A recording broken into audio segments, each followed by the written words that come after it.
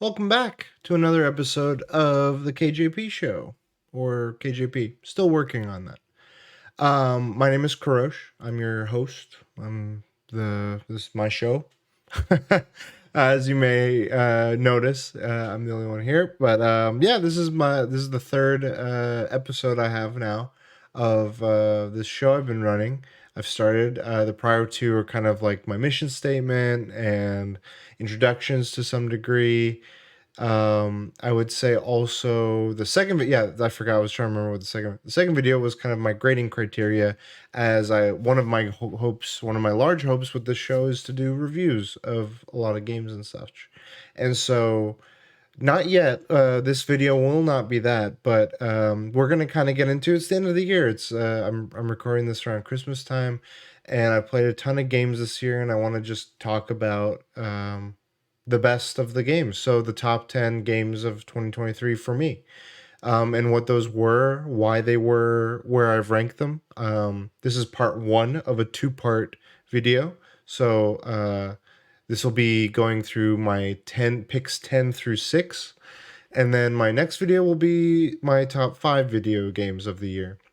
And I'll kind of try to highlight each one to a smaller degree, and not as much of an in-depth review. But I want to share a bit of why I enjoyed the games and what they meant to me and why they stood out. So without further ado, we kind of get started on this. My number 10 pick for my games of 2023 is Street Fighter 6 by Capcom. And with that game, it's interesting because I have a love of fighting games for many years, going back to my childhood. I always loved playing Tekken at the arcade, playing Marvel vs. Capcom if I ever saw that at an arcade with my brother, just button mashing the town on that. And the Street Fighter 2s, whenever I was at a friend's house who had a Super Nintendo. And just over the years, I've found a lot of my friends in more recent years. I've been fortunate enough to be also around folks that are at varying degrees of like fighting game skills and enjoyment. So it's like it's a space where I can enjoy amongst my friends, which I didn't have as much growing up. And so with this iteration of Street Fighter 6, some of the things I enjoyed the most was the ease of entry, because so many for me prior, it's just kind of like if you know, you know, kind of was the mentality, or, practice on your own time, or practice, against people, and just kind of don't feel bad that you're going to lose. I got used to losing a lot. And so my experience with practice kind of grew as I spent more time playing, doing my own thing. And so one of the things I enjoyed was prior to this, like whenever I try to get other folks enticed to be like, hey, try this fighting game with me. It's fun. Like, versus games are fun. You just kind of playfully. It's like Smash Bros. But it's 1v1. It's not as chaotic. And with this one, they did a lot of good improvements in, I think, in welcoming new players. Um, and even for veterans, I enjoy it. Like for folks they're just familiar, like myself, just played or had experiences. I find that it was just the reasons it was so easy to jump into. Let me I guess describe that to a degree. There's varying control mappings. So typically with a fighting game, you have set inputs that those are the only ways you can input or execute certain types of moves. So if you couldn't do up down left quarter circle, spin and then kick punch, then you wouldn't be able to do that cool move. And so button mashing became a typical behavior of like a new player. So you're just sitting there just mashing everything, and whatever happens happens, but there's always a good chance you might come off with a cool move. And whether it connects, who knows? It's all a crapshoot. I found with the dynamic mode that they've allowed for players to use as a control scheme, anything you press will execute moves in a fashion that seems almost intentional. I remember one of my friends, one of the Daniels, whenever the two of them would come over, we would just rotate controllers. But one of the Daniels in particular, would love to test out the dynamic mode, and I would do as well. And we would just play, and I'd be like, "Wait, was that dynamic or was that your input?" Because he's well versed as well. And I couldn't tell half the time. I was like, oh, that one seemed, like you were playing versus, the assistance that it provides. And there is, it does have mechanics where it kind of like there's a drawback to it. It's not like, oh, it's all of a sudden now you can go to a regional competition, but it does give you that confidence. And I feel like that's oftentimes the most intimidating factor, is the lack of confidence and the lack of ability to perform these complex maneuvers. This game seems to like have really made a good paving of the way for that. And so it's made me being able to, I enjoy this game with people, and it's allowed me to be able to play this in spaces where I wouldn't always be able to. I wouldn't have the people would be deterred to play it. So in the past. And so for that, I find it very commendable as a fighting game and as a next step in the Street Fighter franchise. And it's my number 10 spot. At number 9, we have Cocoon by Geometric Interactive. This is the studio's first game, and it's one of it's my number 9 pick because of a few things. One, this studio was founded by two previous developers of Playdead, who made the games Limbo and Inside. And Inside was one of my favorite games, I think, of all time. It's definitely up there. I don't know where it ranks in all time, but it was a special game for me when it first came out. I loved how it mixed gameplay with storytelling. It said so much without saying anything at all. So many times you have games with dialogue, with cutscenes, with voiceover narration, and this just the imagery, the movement, the actions on the game that happened through your actions or around you told the story. And Cocoon captured a lot of that and reminded me of those elements that I don't see often. It's very rare. I think that a game does that in a very successful way. This definitely leaned less on storytelling. I'll say that.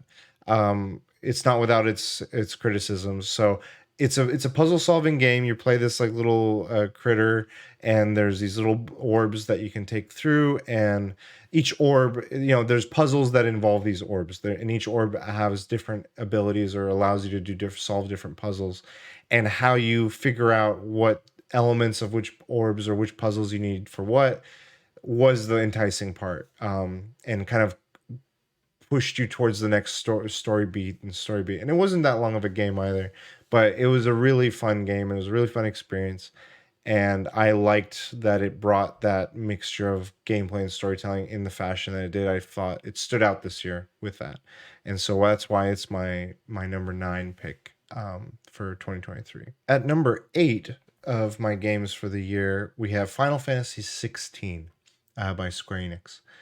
This I'm not. I would say, just for viewers and listeners, I'm not the most Final Fantasy versed gamer. I know of Final Fantasy. I've played several of them. I've played 7 Remake. I've played Tactics, and I've played maybe a handful of others here and there. Um, so when I went into this, I went in with no prior context. Granted, I know Final Fantasy is not known for like this canonical, like you need to know what happened in 4 before you play 5 and so on. It's not like that.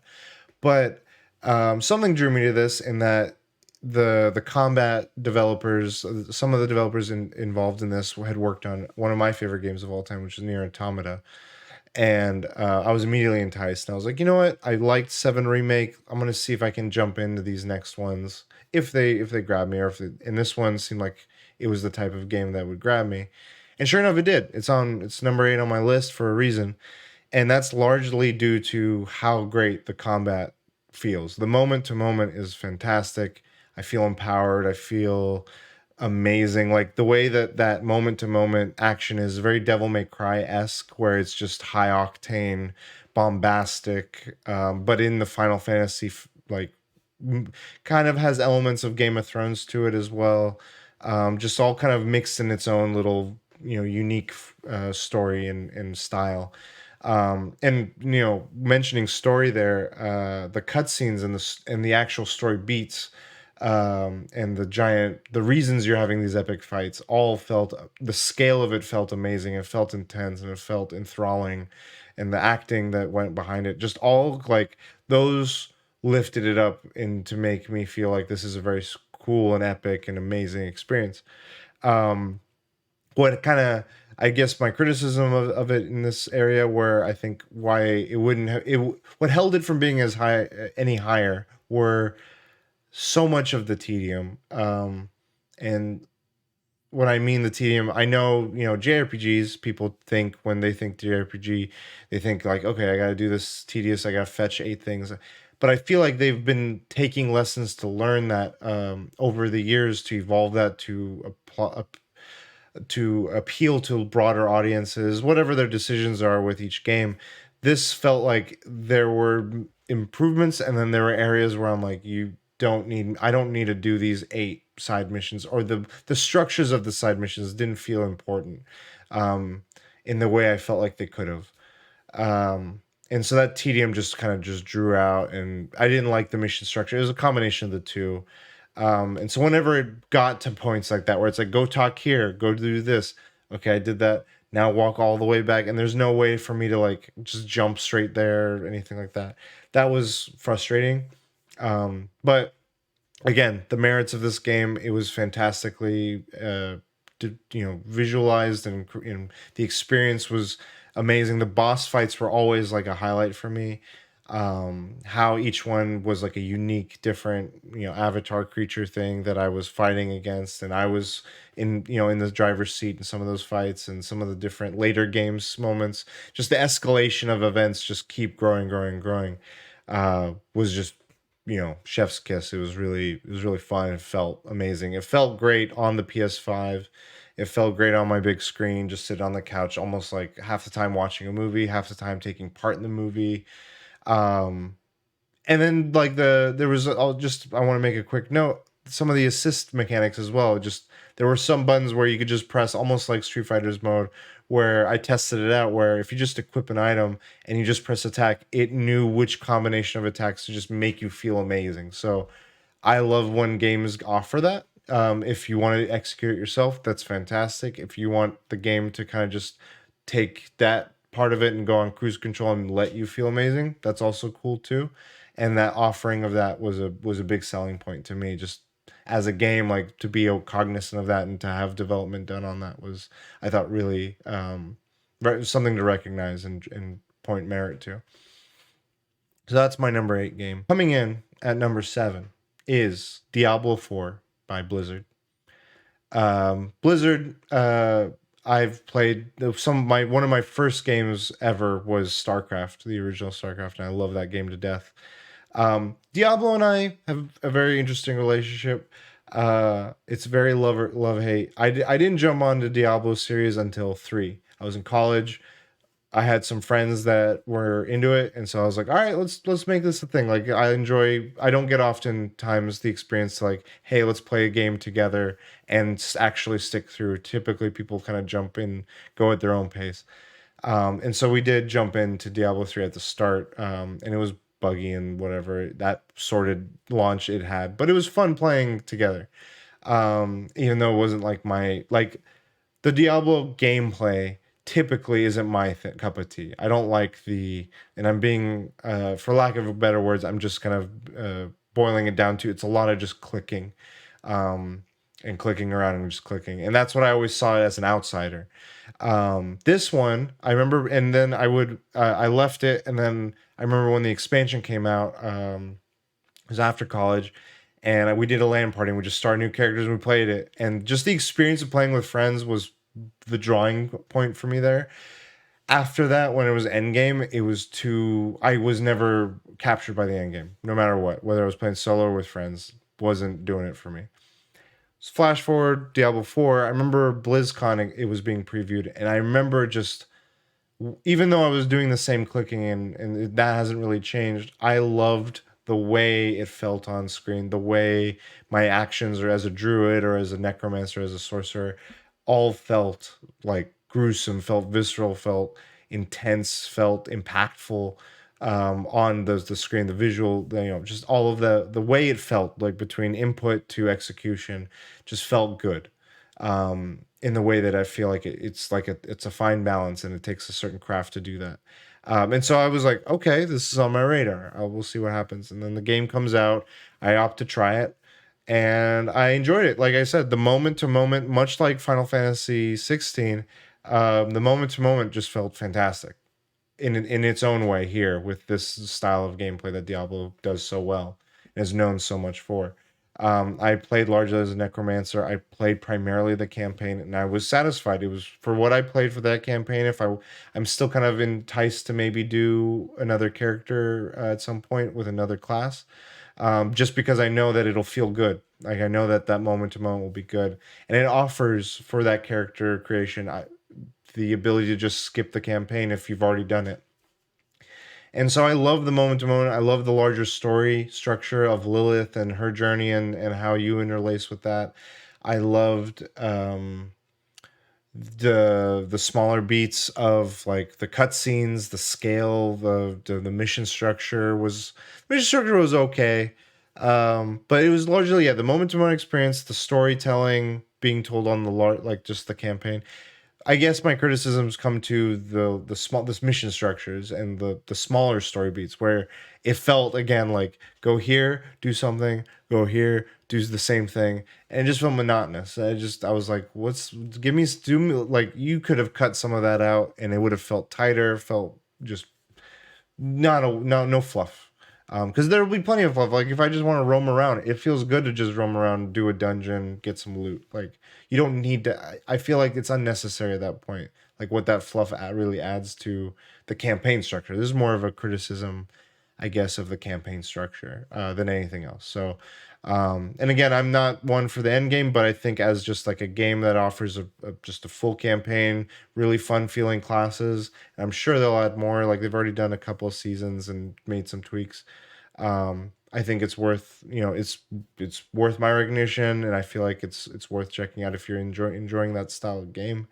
I think Diablo 4 made some good improvements in that regard, and I enjoyed it. I'm hoping that's one of the games I want to do more of a review of. So maybe after these top 10 part 1 2 videos, I'll finally hit on that and really dissect some of those aspects I like and don't like and have criticisms of. So yeah, that's Diablo 4 at number 7 for me. And then coming in at number 6, and will be my final ranking in this video, is Super Mario Wonder by Nintendo. I was first introduced to this game at PAX. That was my first hands-on experience, PAX West in Seattle earlier this year. And I went with my two colleagues, my prior podcast, The Weekly DLC, the Daniels, and we went straight to the game. And I remember just being like, people get goodies and stuff and you go and you play. But this game kind of swept me off my feet in a way that I wasn't expecting. And it's just that Nintendo magic. I don't know how else to describe it. There's a creativity that they just ooze when they really want. It's almost like a trigger. I feel like that they could just, we're going to turn it on or we're going to get weird or whatever it is. Sometimes it feels like they kind of just like, I don't want to say phone it in, but they kind of test an idea they're not feeling super confident with. And so you can feel there's reservations with how far they they go into it, they lean into it. I felt like and I haven't finished Super Mario Wonder, I should say, but I felt like with what I've played at PAX and at home since its release, this is just they decided to not just press the button on, but lean fully into it and hard with the creativity and with the just all the different gameplay designs. They're so masterclass at 2D Mario level design and just trying out, in this one especially, trying out the Wonder Seeds and how weird it makes the levels, how funky all the different visual elements of it are. It just the amount, it was fun. It was so fun to witness it, to see it, to experience it, to play it. Like it was, and then adding little elements here and there, just again leaning fully into the creativity, leaning fully into like the weirdness, but also adding some cool elements that are fun in that the badges you could equip as you go through certain levels. Each level could then be repeated to unlock, like you would then know these badges could then allow you different abilities. So what would normally be a regular jump can now be a parachute jump that gives you that longevity you need on a jump to reach a certain platform on a level you couldn't otherwise reach. It's almost like a mini hints of like Metroidvania where it's like, oh, now I can go back to these levels and get unlockables and fun like that. If you want, again, these are fully up to you how you choose to experience it. Again, speaking on that experience, the multiplayer aspect is also chaos, and fun in its own way. I will caveat my feelings here. I did not play anything online. I've only played multiplayer locally, but it's absolute insanity. Hopefully, you're playing with a group you're good friends with, because when we were playing, tensions got a little high with speed. Like, that it happens with prior Mario games too, but like people are going at breakneck speeds and other people want to explore everything, and it just takes you on for the ride. Whoever's in the lead, I forget what the metric is, but whoever's in the lead, kind of the camera is drawn to them, and that can shift. So it's fun. It's another form of the chaos creativity that I think Nintendo does so well, and that's why I felt like every minute of this just was fun. From the most basic and simple enjoyments of it, of like finishing a level, to doing all the cool creative fun that they bring into it. It's totally up to you, and it's just a joy to experience. And so that's why it's number 6 on my list, for my top games this year. So that concludes this video. Um, that was a lot. I did not expect it to go as long as I did, but I kind of am like, let's see. So I hope you enjoyed hearing my top 10 through 6 games of 2023. I'll make another video shortly and release it not too far off from this, going over my top 5 games of the year. And if this is my kind of list and my reasoning for these games, I'm excited to tell you more about those games to come. So thank you again for your time. Appreciate you coming in to check this video out. I'm always open to feedback.